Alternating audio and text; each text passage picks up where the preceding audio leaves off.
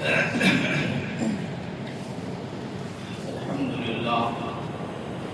لله نحمده ونستعينه ونستغفره ونؤمن به ونتوكل عليه ونعوذ بالله من شرور أنفسنا ومن سيئات أعمالنا من يهده الله فلا مضل له ومن يضلله فلا هادي له ونشهد أن لا إله إلا الله وحده لا شريك له ونشهد أن سيدنا وسندنا ونبينا وشفيعنا وهادينا ومرشدنا ومأوانا وملجأنا ومولانا محمدا عبده ورسوله صلى الله تعالى على آله وأصحابه وأزواجه وذرياته وبارك وسلم تسليما كثيرا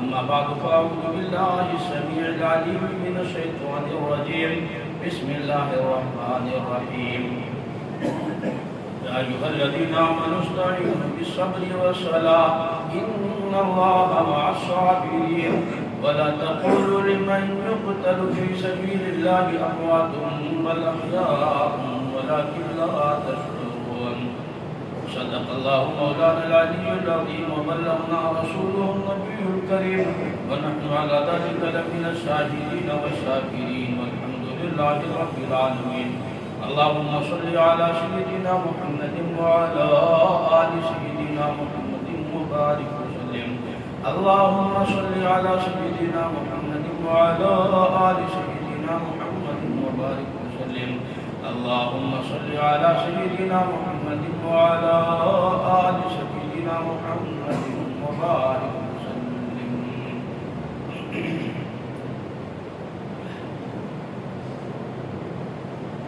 مسلمانوں کے لیے جمعے کا دن اور جمعے کا جو ہمارا پلیٹ فارم ہے بہت بڑا پلیٹ فارم ہے اور اس پلیٹ فارم کے ذریعے سے ہمیں بہت کچھ سیکھنے سمجھنے کا موقع ملتا ہے اور مذاکرے کا بھی موقع مل جاتا ہے اس لیے کہ ہمارے تقریباً 90% لوگ جمعے کی پلیٹ فارم میں جمع ہوتے ہیں اور 5% لوگ باقی 5 وقت کے نمازوں میں. تو اس لیے میرے بھائی ایک بات کا عزم تو اب سے کر لو نا، یہ جو 95% جو ہمارے عوام ہیں اور جمعے کے پلیٹ فارم والے لوگ ہیں تو وہ کم سے کم وقت پر آئے. اگر وقت پر آئیں گے تو جو پیغام دیا جاتا ہے، جو بات کہنی ہوتی ہے، وہ کما حقہ کہی جا سکے اور سمجھنے والا بھی کما حقہ اس کو سمجھے.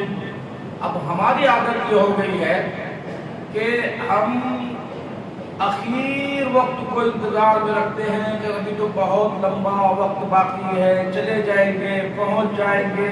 آتے آتے کیا ہوتا ہے کہ جو کچھ کہا سنا گیا وہ ختم ہو جاتا ہے، پھر عربی خطبہ شروع ہو جاتا ہے، امام صاحب جو ہے اذان ثانی دیتے ہیں، پھر ہمارے لوگ آتے ہیں. بہت سارے لوگ تو خطبے کے دوران آتے ہیں.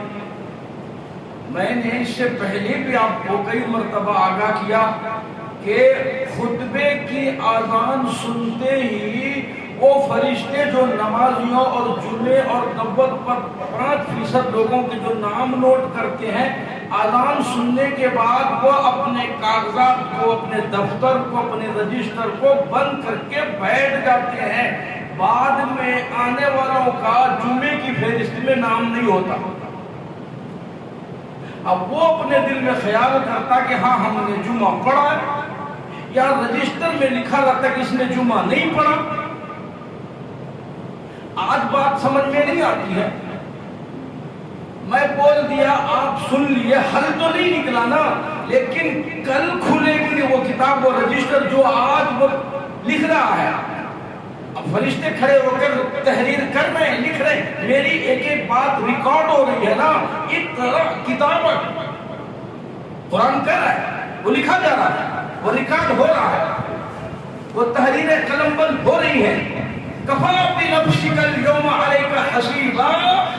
کل جب ہم مطالبہ کریں گے کہ ہمارے پاس کتنے جمعے ہیں، ہمارے پاس کتنی نیکیاں ہیں، ہمارے پاس اتنے حج ہیں، اتنی تلاوت ہے، اتنا فلاں ہے، تو وہ کتاب یوں کہے گا کہ تمہارے نامہ اعمال میں ایک بھی جمعہ نہیں ہے، تو جھگڑا تب شروع ہوگا، اب نہیں، تب آنکھ کھلے گی، لیکن دیر بہت ہو جائے گی، دیر بہت ہو جائے گی اور مسئلہ الجھ جائے گا۔ اس بنا پر یہ جو اذان دی جاتی ہے نا جمعے کے لیے، فوراً تیاری کر کے جمعے میں اور مسجد میں آنا ضروری ہے۔ اللہ کے نبی نے اس کے بھی فضائل بیان فرمائے، وہ بھی کئی بار سنا چکا۔ جو پہلا آئے گا اس کو اتنا اجر و ثواب جیسے اللہ کے راستے میں ایک اونٹ قربان دے دیا۔ 10 روپے تو ہمارے ہاتھ سے نکلتے نہیں، کبھی کبھی کہا کرتا ہوں 10 روپے دیتے ہوئے کسی غریب کو ہمیں شرم آتی ہے۔ یہاں اللہ کہہ رہے ہیں کہ پہلے آنے پر ایک اونٹ جو 10 20 100 50 کا نہیں ہے، لاکھوں میں ہزاروں میں ہے، اتنا جو ثواب آپ کو مفت میں ملیں گے۔ پھر اس کے بعد جو آئے جیسے ایک گائے اللہ کے راہ میں صدقہ کیا، اور پھر اس کے بعد جو آئے ایک بکرا، پھر اس کے بعد جو آئے ایک مرغی، پھر اس کے بعد ایک انڈا، یہ مثال دے دے کر کے اللہ کے نبی صلی اللہ علیہ وسلم نے امت کو بتایا اور جمعے کی اہمیت سمجھائی ہے۔ ایک اور حدیث ہے، ایک اور حدیث ہے، توجہ کیجئے گا۔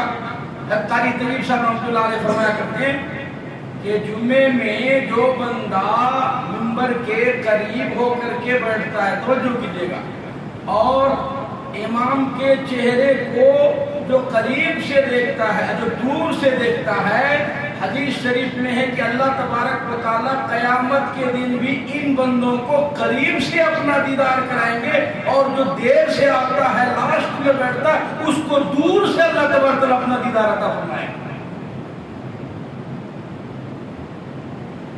ایک اور حدیث سنو، عمل تو کرنا ہے نہیں، سمجھنا تو نہیں، لیکن سن تو لو کم سے کم۔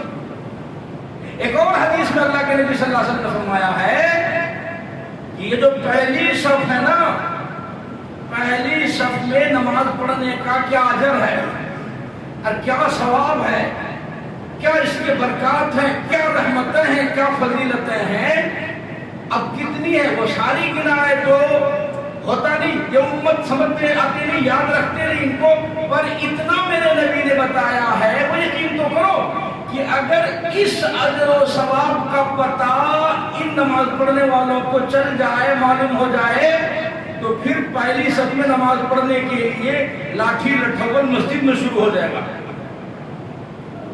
لاٹھی ڈنڈے شروع ہو جائیں گے، نہیں صاحب میری جگہ میری جگہ، میں پڑھنا۔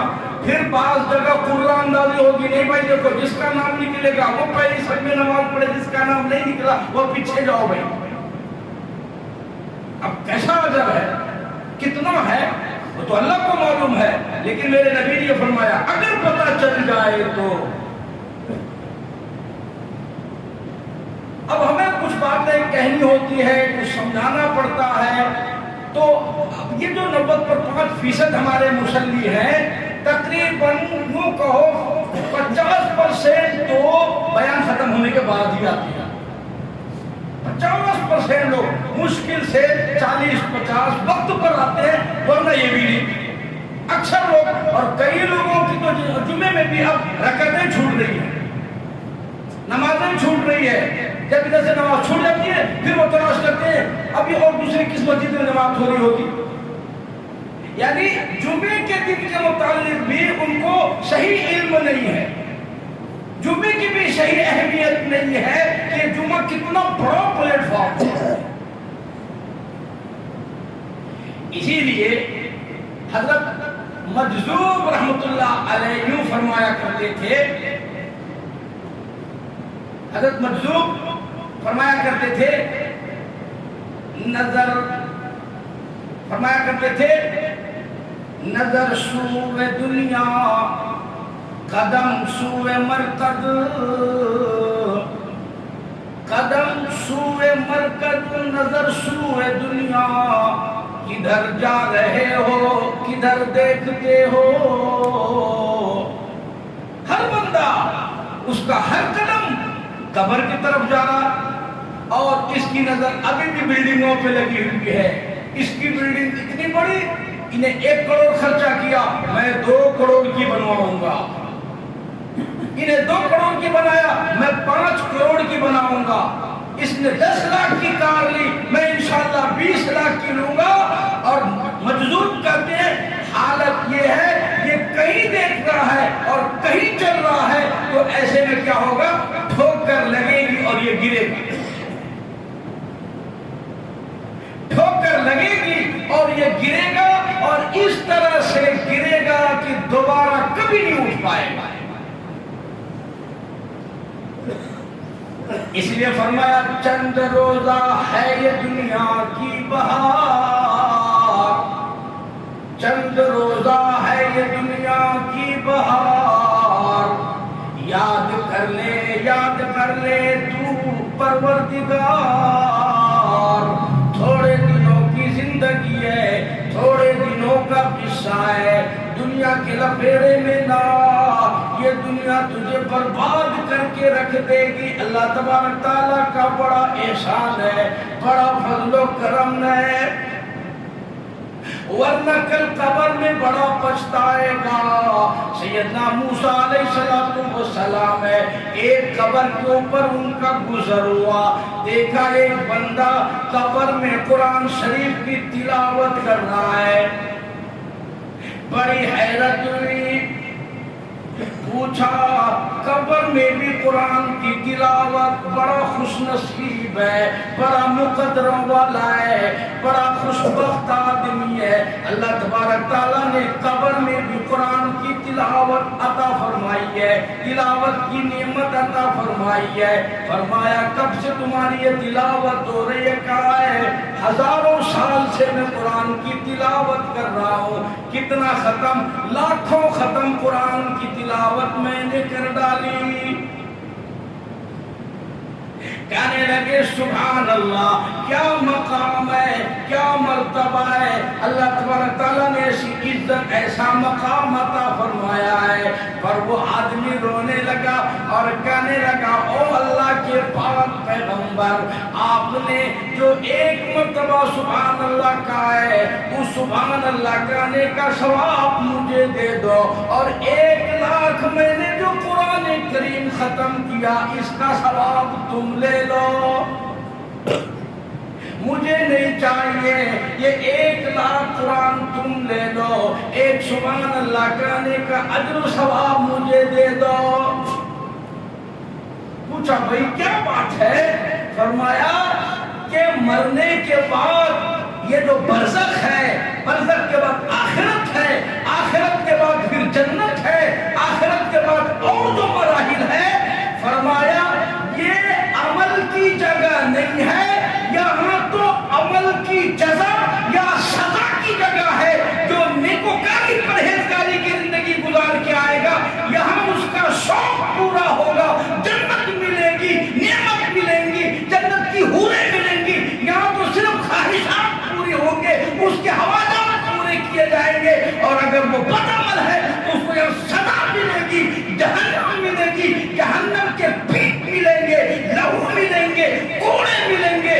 یہ جگہ قبر ہے جہاں پر جزا یا سزا ملتا ہے، اس جزا اور سزا پر کوئی ثواب نہیں ملتا ہے۔ اللہ پاک نے مجھے وہ اجر عطا فرمایا، میرا شوق تھا قرآن کی تلاوت کا، میں وہ شوق کے لیے قرآن کریم پڑھ رہا ہوں، ہر 1 حرف کا ثواب مجھے نہیں مل سکتا۔ آنکھ بند ہوئی، خدا کی قسم آنکھ بند ہوتے ہی آنکھیں کھل جائیں گی، آنکھ بند ہوتے ہی آنکھیں کھلیں گی کہ ہم کیا کر رہے تھے اور کیا کرنا چاہیے۔ پروردگار عالم جل شانہ نے جو موقع عطا فرمایا، اس لیے فرمایا خبردار ہو کر زندگی گزارو، وقت بہت کم ہے، رمضان کا مقدس مہینہ آنے کو ہے، ذرا تیاری کر لو، ذرا اپنے آپ کو نکھار لو، زندگی میں جھانک کر دیکھ لو۔ عربی کا ایک واقعہ ہے، لکھا گیا ایک اللہ والے کی موت کا وقت قریب آیا، گھر والے رشتے دار اڑوس پڑوس اکٹھا ہو گئے، آخری وقت ہے اللہ والے کا، اور اللہ والے کی زبان سے ایک ہی لفظ نکل رہا ہے، اس کا ترجمہ یوں لکھا، ابھی نہیں، ابھی نہیں، ابھی نہیں۔ اللہ والے کا انتقال ہو گیا۔ کسی نے خواب میں ان سے پوچھا، او اللہ والے، لوگ مرتے وقت کلمہ پڑھ کر دنیا سے رخصت ہوتے ہیں، درود شریف پڑھ کر کے رخصت ہوتے ہیں، قرآن کی تلاوت کرتے کرتے دنیا سے رخصت ہوتے ہیں، ذکر و اذکار کرتے ہوئے دنیا سے رخصت ہوتے ہیں۔ ہم نے تو عجیب ماجرا دیکھا، آپ کہہ رہے تھے ابھی نہیں، ابھی نہیں، ابھی نہیں۔ یہ ہمارے سمجھ میں نہیں آیا۔ اللہ والے نے جواب دیا، تمہیں نہیں معلوم، میری موت کا وقت قریب تھا، شیطان میرے سامنے کھڑا ہو گیا اور وہ مجھے دکھائی دے رہا تھا، اور شیطان کہہ رہا تھا، او اللہ والے، تو میرے پھندے سے بچ گیا، میرے مکر سے بچ گیا، میرے جال سے بچ گیا، ورنہ میں اس دنیا کے چکر میں لاکھوں لوگوں کو برباد کر دیا، کروڑوں کو جہنم کا ایندھن بنا دیا، دنیا کے لپیٹے میں ان کو پھنسا لیا، لیکن تیرے علم نے تجھے بچا لیا، تیری نیکی، تیرے تقوی، تیری پرہیزگاری کی وجہ سے تو میرے چنگل سے بچ گیا۔ تو میں نے اس شیطان سے کہا، ظالم، ابھی میرے سانس آ رہے، ابھی بھی میں تیری فتنے سے آزاد نہیں، اس لیے میں اسے کہہ رہا تھا ابھی نہیں، ابھی نہیں، جب تک میری روح پرواز نہ کر جائے تیرے فتنے سے کوئی محفوظ نہیں رکھ سکتا۔ ابھی تو سانس چل رہے نا، روح ابھی باقی ہے، اگر اس موقع پر بھی ذرا برابر یہ خیال آ جائے کہ میرے علم نے مجھے بچا لیا، اللہ نے مجھے جو نہیں بچایا میری تقوی کی وجہ سے، میری پرہیزگاری، آج 4 نمازیں پڑھتے اپنے آپ کو سب سے بڑا متقی آدمی بھروسہ کر کے بیٹھ جاتا ہے، 4 پیسے اللہ کے راستے میں خرچ کر لیے اپنے آپ کو حاکم پائی، اور پوری دنیا کے لوگ ہمیں کافر دکھائی دینے لگتے ہیں۔ اسی کو مجبور کرتا ہے نفس و شیطان، در بغل خنجر بغل، مجبور کرتا ذرا ہوشیار ہو کے بیٹھو، نفس اور شیطان ہے خنجر در بغل، شیطان خنجر لیے تیرے بغل میں ہر وقت تیار ہے، تیرے تاک میں لگا ہوا ہے، شیطان کو نیند نہیں آتی، شیطان کو فیکٹری جانا نہیں ہے، شیطان کے پاس کارخانہ نہیں، دکان نہیں، اسے بیوی بچوں کا تقاضا نہیں ہے، سردی گرمی کا تقاضا نہیں ہے، او انسان، ہر وقت شیطان تیرے تاک میں رہتا ہے۔ رب الجلال کی قسم، اللہ پاک جس کو نہ بچائے وہ شیطان کے مکر سے نہیں بچ سکتا۔ فرمایا ان عبادی لیس لک علیہم سلطان، جس کو اللہ بچائے اسے کوئی نہیں برباد کر سکتا، جسے اللہ نہ بچائے اسے دوسرا کوئی نہیں بچا سکتا۔ ان عبادی، جو میرا بندہ ہے، جو میرا بن جائے گا، اپنے آپ کو میرے حوالے کر دے گا، جو اللہ کے سپرد اپنے آپ کو کر دے گا، اللہ فرماتے وہ میرا بندہ ہے۔ تو مجذوب کہتا ہے نفس اور شیطان ہے خنجر در بدل، نفس اور شیطان ہے خنجر در بدل، وار ہونے کو ہے اے غافل سنبھل۔ ہوا ذرا بے خبری کی تم نے، شیطان وار کر دے گا، لاکھوں کروڑوں لوگوں کو اس نے اس حملے سے وار کر کے دکھایا۔ شیخ عبد القادر جیلانی رحمت اللہ علیہ مراقبہ فرما رہے، جنگل میں ذکر کر رہے ہیں، اللہ کو یاد کر رہے ہیں، مراقبہ کر رہے ہیں، ایک دم سر کے اوپر سے لے کر کے آسمانوں تک نور کی ایک لڑی چل پڑی، نور ہی نور، رات کی تاریکی میں اندھیرا، رات کی تاریکی میں اندھیرا، اندھیروں میں اجالا ہے۔ شیخ عبد القادر جیلانی رحمۃ اللہ علیہ ذکر کر رہے ہیں، اللہ کو یاد کر رہے ہیں، اس نور میں سے، روشنی میں سے آواز آئی کہ عبد القادر میں تمہاری عبادت سے خوش ہو گیا، میں تمہاری محنتوں سے خوش ہو گیا، میں نے تمہاری عبادت قبول کر لی، تمہاری محنت قبول کر لی، تمہارا ذکر، تمہارا عمل، تمہاری فکر، ساری چیزیں قبول ہو گئی، اور اس کے عوض میں، بدلے میں نے اپنا قلم تجھ سے اٹھا لیا، میں نے اپنا قلم، سمجھ رہے قلم اٹھانے کا مطلب؟ قلم اٹھانے کا مطلب یہ ہوا آج سے تو آزاد ہے، جو تیرا دل چاہے وہ کر، اتنا خوش ہو گیا اب نہیں لکھوں گا کوئی گناہ، کوئی غلطی، تو بری ہو گیا، آزاد ہو گیا، فری ہو گیا، جس کا تھا ڈر وہ نہیں ہے گھر، جو مرضی سو کر۔ آج ایسے ہی ہوتا ہے نا، ایسے ہی پیر زیادہ ملتے ہیں، ایسے ہی اللہ والے آج زیادہ ملتے ہیں، اور ایسے ہی چکر میں لوگ زیادہ پھنستے ہیں بابا، کہ جس کا تا ڈر وہ نہیں ہے گھر، جو مرضی سو کر، انہیں ایسا کھول کے پلاتا عذاب۔ تیری نماز کی ذمہ داری میری ہے، تیرے روزے کی ذمہ داری میری ہے، تیرے قرآن کی ذمہ داری میری ہے، تجھے جنت میں لے جانے کی ذمہ داری میری ہے، جو مرضی تو سو کر، تجھے کسی چیز کا نہیں ہے ڈر۔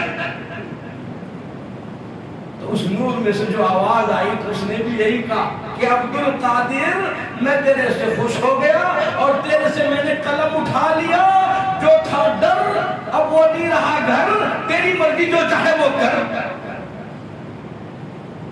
اللہ اکبر کبیرہ۔ شیخ عبد القادر جیلانی رحمۃ اللہ علیہ بہت بڑے اللہ والے کے ساتھ ساتھ بہت بڑے عالم تھے، بہت بڑے محدث تھے۔ توجہ کیجئے گا، اتنے بڑے اللہ والے تھے، اتنی بڑی خانقاہ تھی ان کی، اور اتنی بڑی تربیت گاہ تھی، بیک وقت آپ کے پاس آپ سے دین سیکھنے، تربیت حاصل کرنے، انسان بننے۔ حضرت تھانوی رحمۃ اللہ علیہ فرمایا کرتے تھے، دیکھو جسے ولی بننا ہے کسی اور کے پاس جاؤ بھائی، جسے قطب بننا ہو، ابدال بننا ہے کسی اور کے پاس جاؤ، جاؤ جاؤ جا کر کے ولی بنو، قطب بنو، ابدال بنو، ہوا میں اڑو، پانی میں تیرو، مجھے کیا لینا؟ جسے انسان بننا ہو میرے پاس، میں انسانوں کو انسان بنوں گا۔ اب آپ کہو گے کیا صاحب ہم کیا جانور دکھ رہے ہیں ہم کو؟ امام صاحب یہ بات کرتے ہیں ہم انسان نہیں تو کیا جانور ہیں؟ سچ پوچھو تو جانور ہی ہو، سچ پوچھو جانور کون سا جانور؟ حیوان ناطق۔ ایک جانور تو وہ جو بولتا نہیں ہے، ایک جانور ہمیں بولنے والا جانور ہے۔ عربی میں ان کو کہا حیوان ناطق، بولنے والا جانور۔ قرآن کہتا ہے، اب آپ بولو گے کہ دلیل قرآن سے فرمایا اولئک کالانعام۔ چند صفات، چند باتوں کا تذکرہ کرنے کے بعد قرآن کہتا ہے لہم قلوب لا یفقہون بہا ولہم اعین لا یبصرون بہا اولئک کالانعام۔ اللہ فرماتی ہے جس کا دل میں نے قرآن کریم کے دیکھنے سے غافل کر دیا، کانوں میں پردہ ڈال دیا، آنکھوں میں پٹی ڈال دی، قرآن دیکھتا نہیں، قرآن کانوں سے سنتا نہیں، قرآن کریم کو اپنے دل میں جگہ دیتا نہیں، قرآن کریم کے پاس آتا نہیں، اللہ کے احکام کی پرواہ کرتا نہیں، ایسے لوگوں کے بارے میں قرآن کہتا کالانعام، یہ لوگ جانور ہیں۔ 9واں سپارہ سورۃ الانفال کی تقریباً یہ آیتیں ہیں۔ آپ قرآن مجید کا ترجمہ گھر میں پڑھ لو، اگر کسی کو ہماری بات پر اعتراض ہو جائے، یقین نہ آئے تو آپ قرآن پڑھو، آپ سمجھو مفسرین محدثین اس کا کیا مفہوم ہے۔ اللہ فرماتے ہیں اولئک کالانعام، یہ لوگ جانور ہیں، اور اللہ غصے میں آ کے فرماتی ہے جانور ان سے اچھے ہیں، جانور ان سے بہتر ہے۔ اولئک کالانعام بل ہم اضل، یہ تو جانور سے بھی زیادہ برے ہیں۔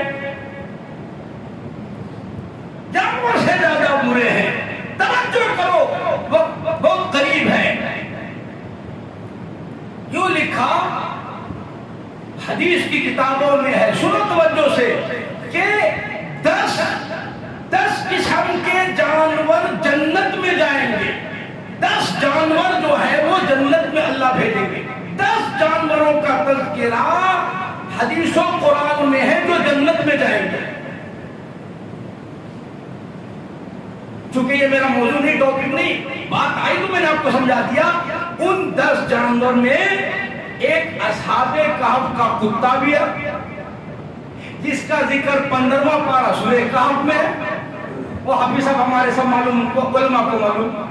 ایک اس میں حضرت عزیر علیہ السلام کا گدھا ہے، تیسرا سپارہ، جس میں تیسرے سپارے میں حضرت عزیر علیہ السلام کا جو ہے گدھے کا تذکرہ ہے کہ 100 سال تک موت دے دی، وہیں رہے. 100 سال کے بعد اٹھا کر کے حضرت عزیر علیہ السلام کو دکھایا.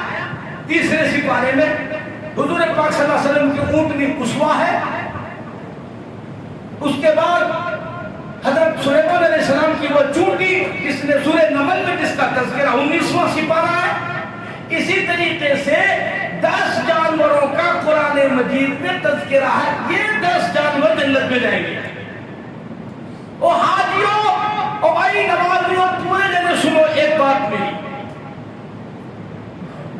اگر آج ہم نے سنا نہیں، سچی پکی توبہ نہیں کی، بات سمجھ میں نہیں آئی، آپ تھوڑی دیر کے لیے تصور کرو جب اللہ تبارک و تعالی ہم جیسے بےایمانوں کو، بد عملوں کو، ہم جیسے نالائقوں کو جہنم بھیجے گا. اللہ لہم قلوب لا یفقہون بہا ولہم اعین لا یبصرون بہا ولہم آذان لا یسمعون بہا اولئک کالانعام. تمہارے آنکھ میں، کان میں، دل میں، زبان میں ہم نے مہر لگا رکھی تھی، جاؤ جہنم میں.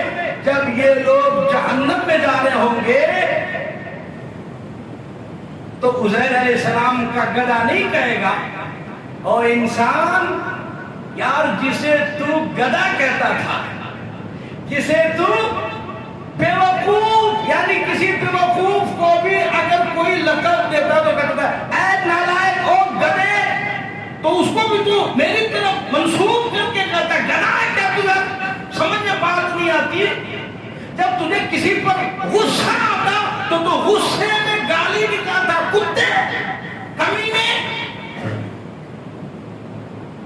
علماء نے لکھا ہے کہ جب جہنمیوں کو جہنم بھیجے گا اللہ، تو یہ عزیر علیہ السلام کا گدھا اور اصحاب کہف کا کتا اللہ سے نہیں کہے گا اے اللہ یہ انسان ہے، ان سے تو ہم بہتر ہے.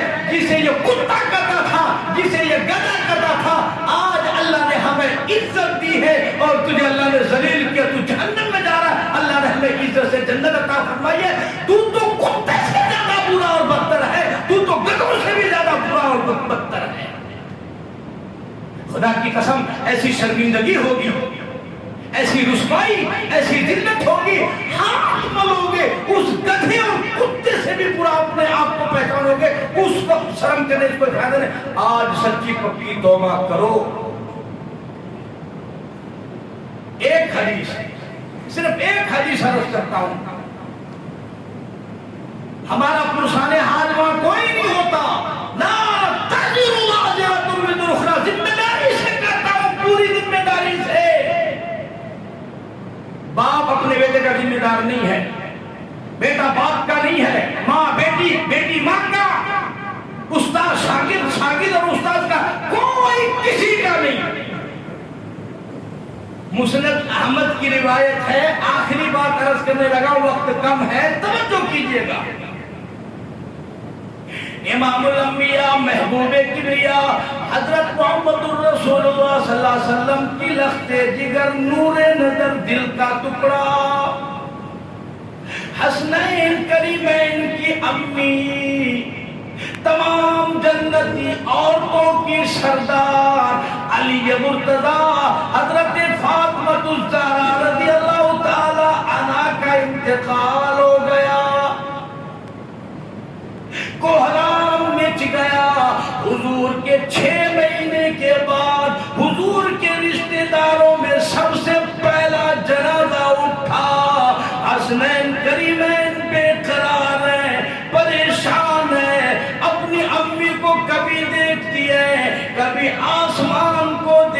ہستی ہے.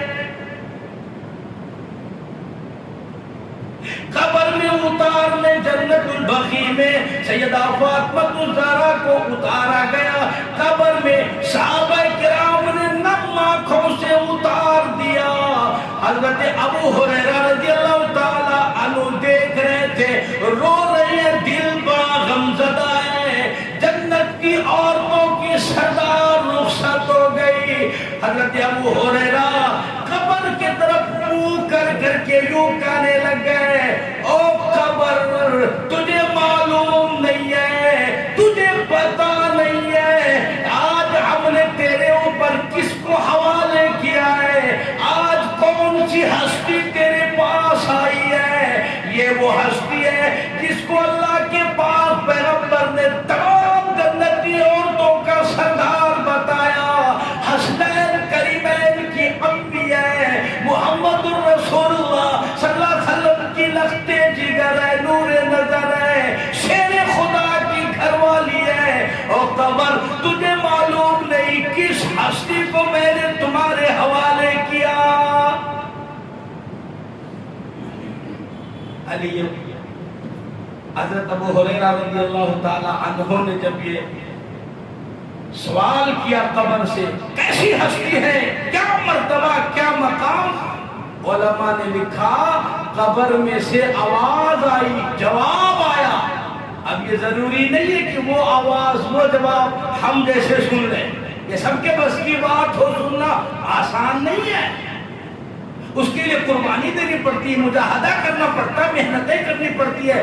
قبر میں سے آواز آئی، او دیوانے، او پروانے، او حضور کے عاشق، او دیوانے، او پروانے، سن لے ٹھیک ہے، تجھے بھی معلوم ہونا چاہیے یہ قبر ہے، یہ تیرے دنیا کا شاہی محل نہیں ہے، یہ دنیا میں کسی بہت بڑے اشتہار کی جنت نہیں ہے، کسی کا مکان یہ منت نہیں ہے، کسی امبانی کی یہ کوٹھری نہیں ہے، یہ تمہارا تاج محل نہیں ہے، یہ تمہارا ایوان صدر نہیں ہے، یہ کسی کا پارلیمنٹ نہیں ہے، یہ کسی کا بنگلہ نہیں ہے، یہ تو قبر ہے. رب ذوالجلال کی قسم، قبر میں یہ نہیں دیکھا جائے گا یہ بیٹی کس کی ہے، بہو کس کی ہے، بیوی کس کی ہے،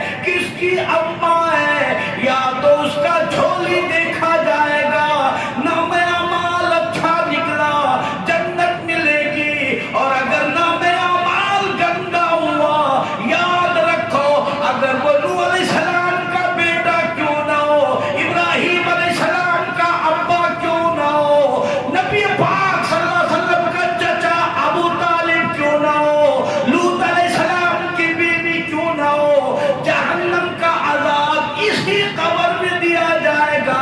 یوں نہیں پوچھا جائے گا کس کی بیوی ہو، کس کا چچا ہو، کس کی بیٹی ہو، یا تو اپنا نام اعمال دکھانا پڑے گا.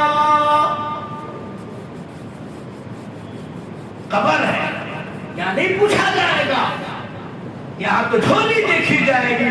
اس لیے ہوشیار، خبردار میرے بھائی، ہم کس طرف جا رہے ہیں، کیسے ہم جو ہے اپنے آپ کو سنوار رہے ہیں، ہم اپنی زندگی پر غور کرنا پڑے گا. اسی کو مجذوب نے کہا کہ نفس و شیطان ہے خنجر در بغل، وار ہونے کو ہے غافل سنبھل، آ نہ جائے دین و ایمان میں خلل، باز آ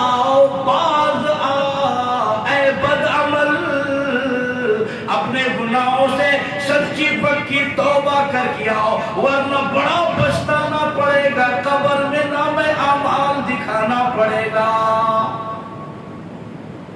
ہر بندہ جائزہ لو، ہر ساتھی جائزہ لو، میری زندگی کس رخ پر گزر رہی ہے اور کس طرح زندگی گزارنی ہے. آگے رمضان المبارک کا مہینہ آ رہا ہے، اس لیے 11 مہینے جو ترتیب بنی تھی ہمیں اس ترتیب میں تھوڑی تبدیلی کرنی ہے، اللہ کو راضی کرنے کے لیے، اللہ کو خوش کرنے کے لیے اپنے آپ کو ہمیں جھونک دینا ہے۔ اللہ کے نبی نے فرمایا شعبان و شہری و رمضان و شہر اللہ، شعبان میرا مہینہ، رمضان اللہ کا مہینہ، جو رمضان اچھے سے گزارے گا اللہ 11 مہینہ اس کا اچھے سے گزروائے گا، یہ اللہ کی ذمہ داری ہے۔ اس لیے بھائی سارے ساتھی ابھی سے تیاری کریں، کسی ایک کا ایک روزہ قضا نہ ہو، بہانہ اور عذر چاہے کچھ ہو جائے وہ نہیں دیکھا جائے گا، سحری کیے نہیں کیے، افطاری کا انتظام تھا کہ نہیں تھا، سحری کا انتظام ہوٹل کھلا نہیں ہے، چائے کا انتظام نہیں، وہ اللہ نہیں پوچھے گا، ایک روزہ قضا نہ ہو۔ اس کے لیے ہر ساتھی ابھی سے تیاری کریں، کوششیں کریں، محنت کریں۔ ہماری جماعت کے ساتھ جو یہ بات چیت چل رہی ہے کہ انشاءاللہ جن لوگوں کو شہری کا تقاضا اور پریشانی ہوگی تو ساتھی مشورہ کر رہے ہیں کہ ان کے لیے ہم اسی مسجد میں شہری کا بھی انتظام کریں گے تاکہ قیامت میں ہمیں رسوائی کا سامنا نہ کرنا پڑے۔ بات چیت چل رہی ہے، آپ بھی اس میں لگے رہو۔ من جد و جد، جو کوشش کرے گا اللہ اس کو عطا فرمائیں گے، کسی کا کوشش پائے گا نہیں ہونے دیں گے اللہ۔ جو بیمار ہے اپنا علاج کرا لو بھائی، جس کو صبر ہے وہ ضروریات پورا کر لو۔ ترتیب تو بنا سکتے ہو، جن جن کاموں کو رمضان میں چھوڑا جا سکتا ہے، ترک کیا جا سکتا ہے، گنجائش نکلتی ہے عید کے بعد کرنے کی، اسے چھوڑ پھینکو۔ اور جو کام نہیں چھوڑا جا سکتا، ہلکا کیا جا سکتا ہے، اسے ہلکا تو کر لو نا بھائی۔ رمضان کا مہینہ ہے، عبادت کا مہینہ، روزہ رکھنے کا، میں اس میں کام نہیں کروں گا، ہلکا کروں گا۔ رمضان کے بعد آپ سے ملوں گا، سفر ہے، ملاقات ہے، شادی ہے، اور دوسرا اور تیسرا، ان کو ترک تو کیا جا سکتا ہے۔ اپنا بوجھ ہلکا کر لو دنیا کا اور آخرت کے لیے فری کرو۔ یہی تو ہمارے لوگ بڑے چاہتے ہیں۔ اللہ ہم سب کو اس کی ہمت نصیب فرمائے، اللہ تبارک تعالیٰ توفیق عطا فرمائے، کہنے سے سننے عمل کی توفیق عطا فرمائے، آمین۔ وآخر دعوانا الحمدللہ رب العالمین۔ جو لوگ سنت سے بھائی سنتوں سے فارغ ہو جائے، السلام